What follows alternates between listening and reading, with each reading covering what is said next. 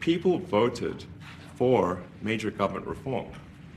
There should be no doubt about that. That was on the campaign. The president spoke about that at every rally. The people voted for major government reform, and that's what people are going to get. They're going to get what they voted for. And a lot of times, people that don't get what they voted for, but in this presidency, they are going to get what they voted for. And that's what democracy is all about.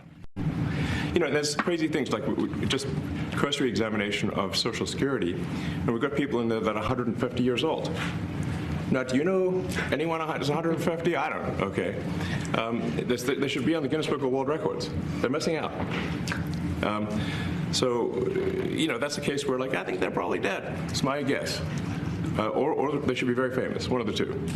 Over the last 20 years, the United States government has wasted $2.7 trillion in improper payments. Just last year, $170 billion were overpayments made to dead people, criminals, or those no longer eligible for government programs. Over $44 billion. $44 billion? $44 billion. Over $44 billion were made in payments that could be here or not. They just don't know. Medicare and Medicaid are the biggest contributors to improper payments. Under the Biden administration, $764 billion went up in flames due to many factors like inaccurate record keeping or outright fraud. By taking a deep dive into these organizations, the DOGE subcommittee can effectively eliminate the money spent by unelected bureaucrats. Putting trillions of dollars back in the pockets of American taxpayers should not be a partisan issue. It's our job to identify waste, fraud, and abuse in the government. We are done putting America last. We're done putting America last. We're done putting America last. Yes, it was a song here on this channel last year. I usually tell people complaining like, this is what you voted for. Elon Musk just said it. You voted for this and they are ready to give you what you voted for. This is exactly what we are talking about. Taking a look at what is going on, Elon Musk and the whole DOGE team refuse to bend the knee. We have seen judges coming out from all angles struggling to stop these people. Democrats coming out on the street to demonstrate, partaking to what they are doing. They are not stopping. And I'm not seeing them stopping anytime soon. Within the space of 2 weeks, how much money these people have saved, extremely concerning. This should be okay to everyone. People should be excited. If you see people panicking about this, they have something to hide. Like Elon Musk said here, they have some bombshell information coming out soon. Democrat should be panicking. So I'm a federal worker and my promotion was officially canceled.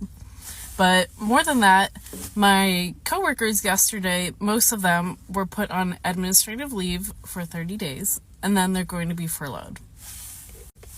My name is miraculously not on that list for now, but I'm sure it will be pretty soon. But it's crazy. Everybody's losing their jobs out here and we're not even certain that if the furlough ends that everybody's going to come back. It's just the sad reality of things. The dismantling of USAID has severely affected my job. My agency receives most of our funding from USAID, and I support personnel who are on the ground working in country for USAID. So, who knows what's going to happen next? It's really sad. We're 3 weeks into the second Trump presidency, 3 weeks, and tonight there are warnings that the U.S. is dangerously close to a constitutional crisis. Now, the first shoe on this dropped when a federal judge today said the White House is defying his order to unfreeze billions of dollars in federal aid, marking the first time that we've had a judge expressly accuse the Trump administration of ignoring a court ruling. And in a separate case today, federal employees here in Washington told a judge that the administration was defying another order by not reinstating workers who had been put on leave. Now, this all has prominent Democrats and many of the nation's top constitutional scholars declaring that the U.S. is on the brink of a reckoning. The Trump Justice Department says the president should have the authority to decide how to run the government and that these judges are overreaching. And some of the president's allies say the judges should not be judging any of the moves to shrink the federal government. That includes special government employee Elon Musk, who this weekend accused a judge who was blocking his DOGE team from accessing Treasury Department systems of being corrupt, with Musk calling for the judge to be impeached. Vice President Vance is not going quite that far, but made clear where he sees the judiciary's limits, writing, "Judges aren't allowed to control the executive's legitimate power." The question tonight, of course, is who determines what is legitimate power? This is laughable. When you take a look at this, Elon Musk retweeted this. This was a gem. Biden. Few months ago, the Supreme Court tried to block me from relieving student debt, but they didn't stop me. I have relieved student debt for over 5 million Americans. I'm going to keep going. Biden did not stop. So, when it concerns Trump now, there's a constitutional crisis coming up. When I look at the whole situation, the kind of hypocrisy I see with these people, I think that Trump is on very solid ground with the buyout. I'm still a bit baffled by what the court is doing here. The presidents are allowed to dictate conditions of employees coming into the office, what they're working on. All of that is part of Article 2 powers of the president controlling the executive branch. I'm not, even today, certain what the constitutional problem is. You've got 65,000 employees who are told, look, we'll let you stay at home and look for a job as long as you agree to resign in a given number of months. They've agreed to it. The government's agreed to it. That seems to me to be perfectly within the wheelhouse of the president. So I think he's going to win on that. DOGE has access to U.S. Treasury data. So there's a lot of personal data on there. I saw that 5 former U.S. Treasury secretaries put together an editorial saying you should not let those other people unelected who aren't Treasury secretaries in there. Where do you think that stands?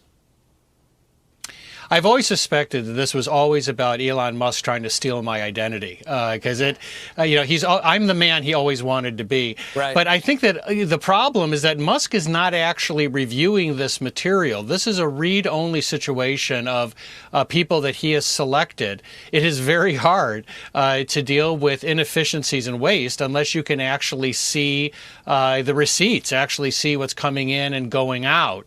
Now, there are some legitimate issues here for the court to address. There's the Privacy Act. Data comes with special protections. If you're going to introduce a new data system, there are protections for that too. Yes, there is one clip at the beginning of this video. Elon Musk exposed there are people over 150 years old collecting Social Security. This comes after Senator John Kennedy exposed, according to Social Security data, there is 6.5 million Americans living today in America who are 1 and 12 years old of age or older. These are the things that people need to know, or Elon Musk need to expose.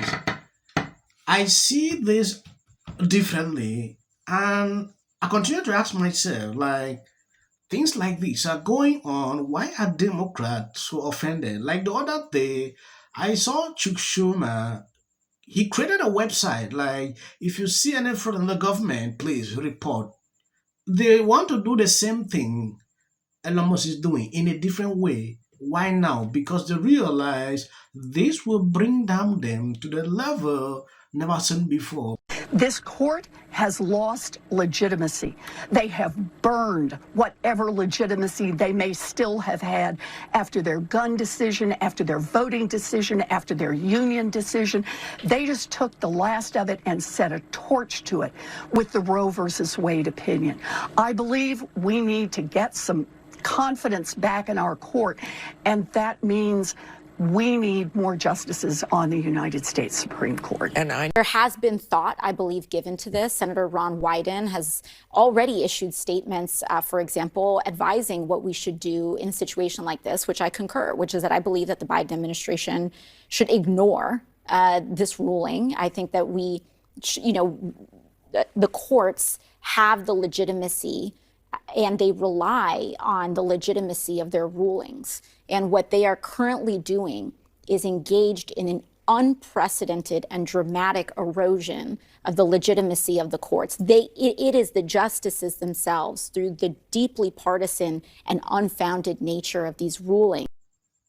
You saw them complaining about this same thing they are doing today because they are Democrat judges. Obama appointed. These people are not complaining. They are the one now, applauding what they are doing. For the people that are following me for the very first time, God bless you abundantly. And please, if you see clips after this, that is for the algorithm. At a certain point, you can stop watching, but remember to always share the videos. The biggest loser. And I'm in shock. To be doing, there is a lot of waste, fraud, and abuse within a system. We're going to cut waste. We're going to get rid of the fat. Trim it is something people support. There is such a lack of transparency around. To see what happens when you take a business approach to the government in the White House. We're seeing right now with this whole U.S. aid thing, where they're uncovering massive amounts of corruption and their hard-earned money, and they want their tax dollars to look like it's helping the country. And also, I got to say, don't you? Early on, immediately. She's probably been put in there because, according to Donald Trump, she's a 10. To her. No. The EU does not treat the U.S. fairly. This is the United States. You're talking about a man who didn't become the president of the United States because of merit. This lady is not unstopped. Where awful things have happened. And sparks move things. And it doesn't matter how much water you have. Future president and his gag are quality and policy. The city of the Pacific Palisades is burning, and I flew here last night. I was on a plane. You getting water to areas that need. He's been trained his whole life to do. What do we do? All right, right now you're looking. Remember it. As a country about James. Yeah, and then I think all our tax dollars probably went for Gavin's hair gel. I don't know. Jordan. In the 5 tenants of Palisades Village right here. This is the town center of sorts. And he did this little dance. Josh Green, the governor of down in Hawaii. And then we watch news or talk. Now look, I have a lot of. So please. I was being lazy on the couch like Friday night. Any more you would criticize? Party. The Democratic Party have lied to us about. It's not going to cut it. As well as attempting to seek a meeting with the. Dude, this U.S. aid thing is so much worse than people realize. Letter in the New York Times. Yet, so you have. It shouldn't be controversial. Welcome to the Daily Show. My name is Jon Stewart, and man, the biggest loser on Team Chiefs.